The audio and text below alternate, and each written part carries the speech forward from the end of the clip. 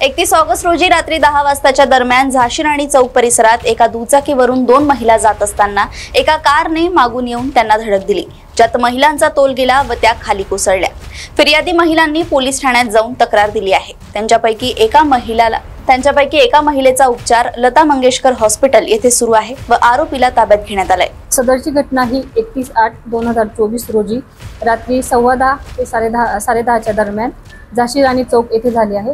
फिर्यादी या झाशी राणी चौक करून मुंजेकडे चौकाकडे टर्न करीत असताना मागून येणारी कार क्रमांक MH31BB0914 या गाडीने मागून फिर्यादींना धडक दिली, त्यामुळे त्या आणि त्यांची बहीण खाली पडल्या। सदर घटनेमध्ये त्यांच्या फिर्यादीच्या बहिणींना जखम झाली असून त्यांचे लता मंगेशकर हॉस्पिटल येथे उपचार सुरू आहे। नमूद गुन्ह्यातील आरोपीला ताब्यात घेण्यात आलेले आहे। त्याच्यावर अपक्रमांक 904/24 कलम 281 125A भारतीय न्याय संहितासह मोटार वाहन कायदा 184 134 177 यानुसार कारवाई करण्यात आली आहे। दुसऱ्या आरोपीचा शोध घेत आहोत आणि गाडीचाही शोध घेत आहोत।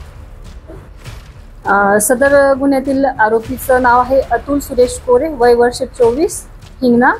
आणि सदर म्हणजे आरोपीच्या म्हणण्यानुसार तो आणि त्याचा एक मित्र होता सोबत, आरोपीच्या म्हणण्यानुसार। तसंच दुसरा आरोपी फरार आहे, शोध घेणं सुरू आहे आणि तपास सुरू आहे।